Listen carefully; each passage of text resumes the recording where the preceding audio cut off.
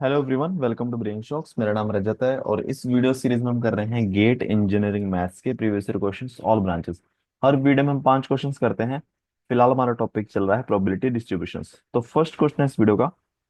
Late x1 and x2 be two independent exponentially distribution random variable with mean 0.5 and 0.25 respectively, then y is equal to y is equal to minimum x1 comma x2 is exponentially distributed with mean 1 by 6, exponentially distributed with mean 2, normally distributed mean 3 by 4, normally distributed with mean 1 by 6। ठीक है, तो exponential distributed मतलब अगर x1 है तो it means यहाँ पे F x1 जो होगा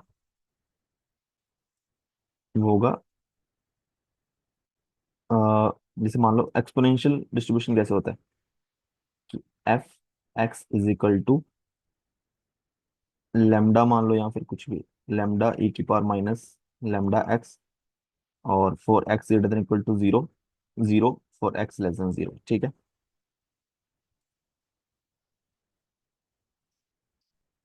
तो इसमें जो लेमडा पैरामीटर हो गया। ठीक है, अब जो इसके लिए मेन जो आता है एक्सपेक्टेशन वैल्यू ऑफ एक्स वो होता है 1 बाय लेमडा।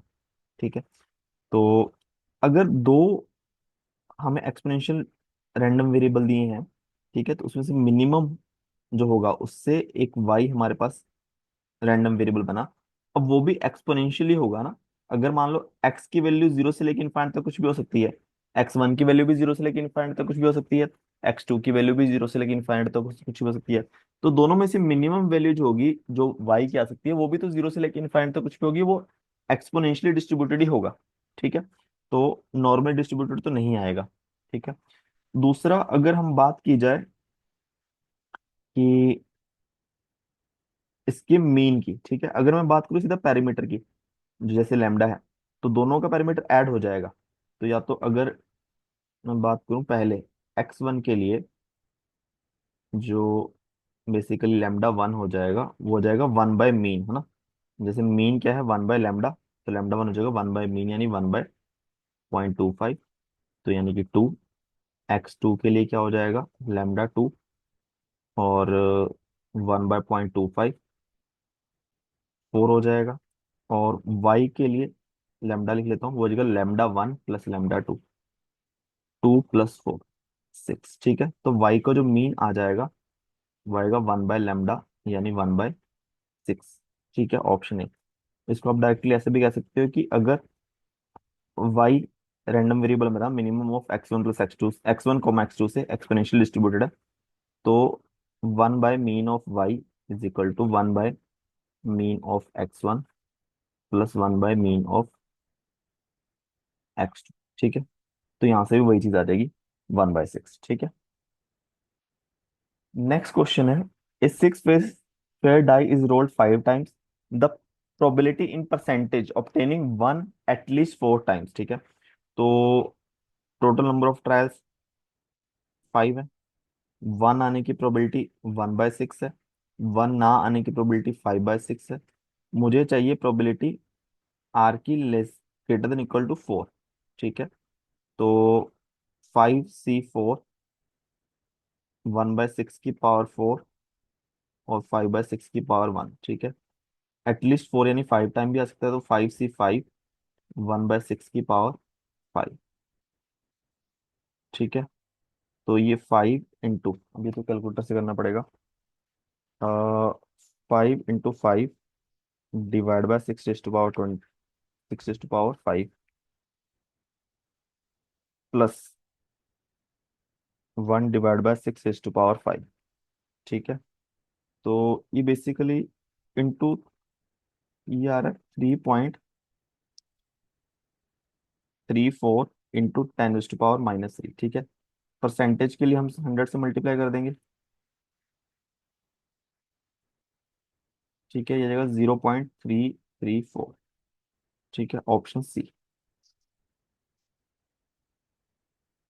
नेक्स्ट क्वेश्चन है। Let x1 x2 be independent normal random variable with mean μ1 μ2 and standard deviation σ1 σ2 consider y is equal to x1 - x2। दोनों का मीन 1 दिया है, स्टैंडर्ड डिवीजन 1 और 2 दिया हुआ है। तो y क्या होगा देखो, सम ऑफ टू नॉर्मल डिस्ट्रीब्यूशन इस नॉर्मली डिस्ट्रीब्यूटेड ही रहेगा, ठीक है। अब मीन देख लेते हैं। तो देखो जो मीन आएगा, mean of y is equal to mean of x1 minus mean of x2, ठीक है। तो 1 - 1 इज इक्वल टू 0, ठीक है। अगर बात की जाए वेरियंस की, ठीक है, अगर मैं लिखूं वेरियंस की, जैसे मान लो y का वेरियंस मान लो सिग्मा स्क्वायर, वो क्या होगा, सिग्मा 1 का स्क्वायर प्लस, यहाँ साइन डिपेंड नहीं करता, ये प्लस ही आएगा, ठीक है। बट आगे कोई कांस्टेंट होता जैसे हमने पिछले किया हुआ है, तो आगे कांस्टेंट होता तो उसका भी स्क्वायर होता, ठीक है। चलो यहाँ पे तो ओनली x1 - x2 है, x1 + x2 होता तब भी। वेरियंस की variance of y is equal to variance of x1 plus variance of x2, ठीक है। तो इसका 1 का स्क्वायर और 2 का स्क्वायर 4, 5, ठीक है।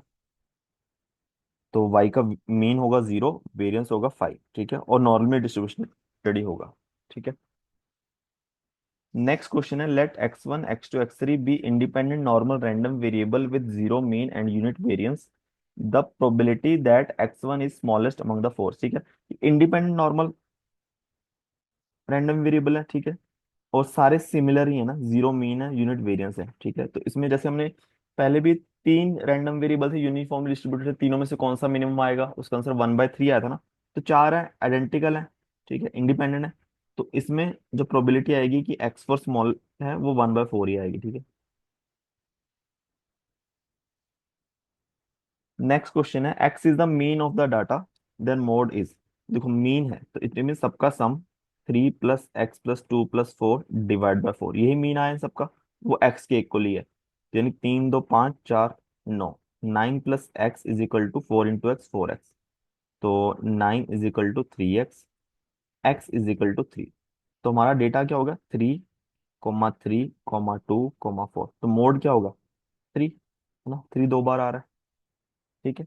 तो इस तरीके से 5 क्वेश्चन हमारे खत्म होते हैं इस वीडियो के। किसी भी क्वेश्चन में डाउट हो नीचे कमेंट कर सकते हो, और वीडियो को सीखो प्लीज, वीडियो को लाइक करना, चैनल को सब्सक्राइब कर देना। Thank you so much.